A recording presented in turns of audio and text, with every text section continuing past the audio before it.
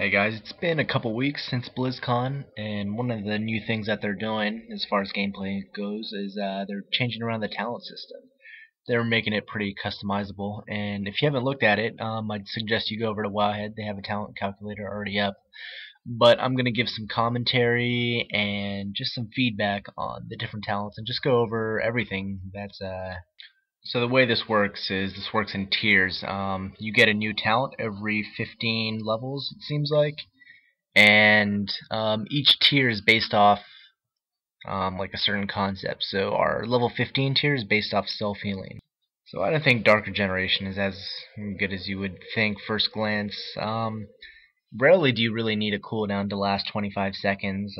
Maybe like the window that you're in trouble in is maybe like 5 to 10 seconds that you actually need a cooldown. And it's like a hot. It's probably not a huge deal. Like 25 seconds, so you're probably getting about 2% health a second. It's not that big. Soul Leech is like the destruction talent.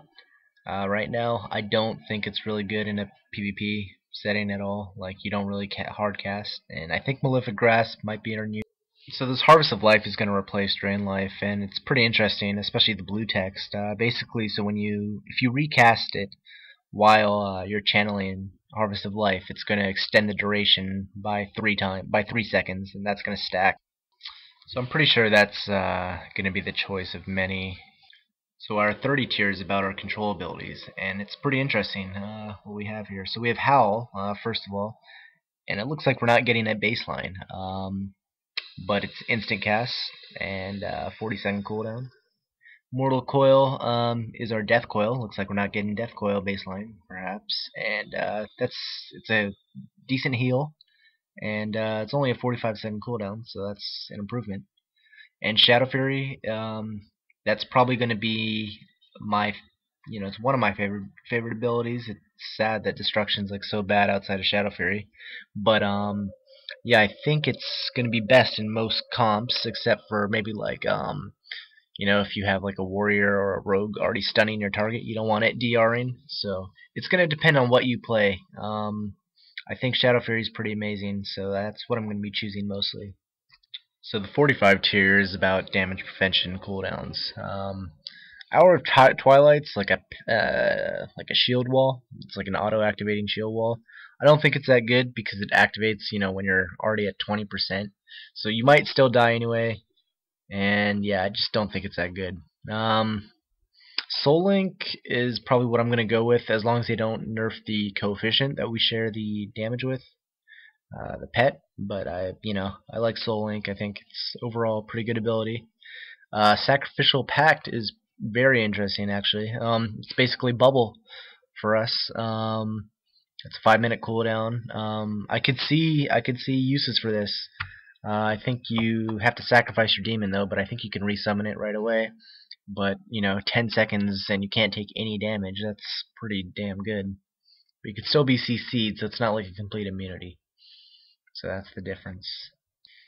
So level 60 is more cooldowns, and yeah, it's a pretty hard choice, I think. So we have Bloodstone, which is hopefully that doesn't replace Hellstone, but it's a pretty good healing cooldown. It gives you a lot of health and increases your healing taken.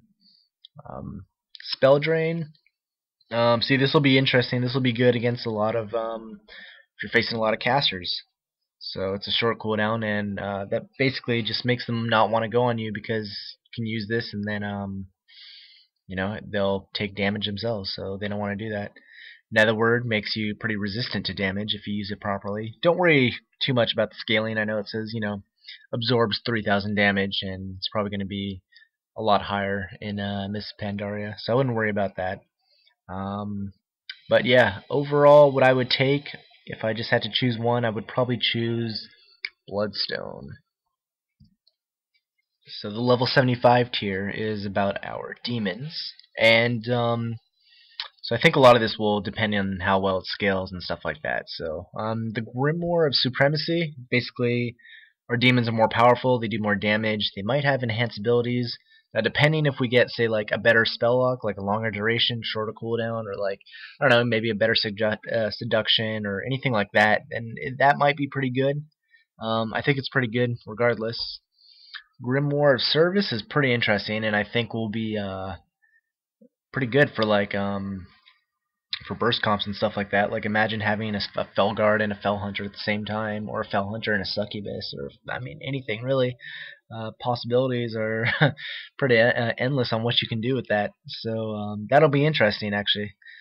Grimoire of Sacrifice, I would never really take this. Your pet provides too much utility in PvP to sacrifice it and not use it, no matter what the damage is. So for this last tier, we get the option to do three pretty powerful things, but I think the choice is pretty easy. I'm probably going to be choosing Archimonde's Vengeance every time. It's basically just another deterrence for your people to get off you. The only thing is it's a curse, so I'm not sure if it'll be dispellable.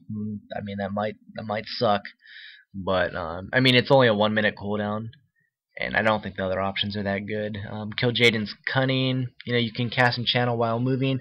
I can see, say, like chasing someone around a healer to fear them or something like that, or like, channeling maybe a Harvest of Life or something like that, and then running behind a pillar and just, staying there and getting health that way. But I don't know.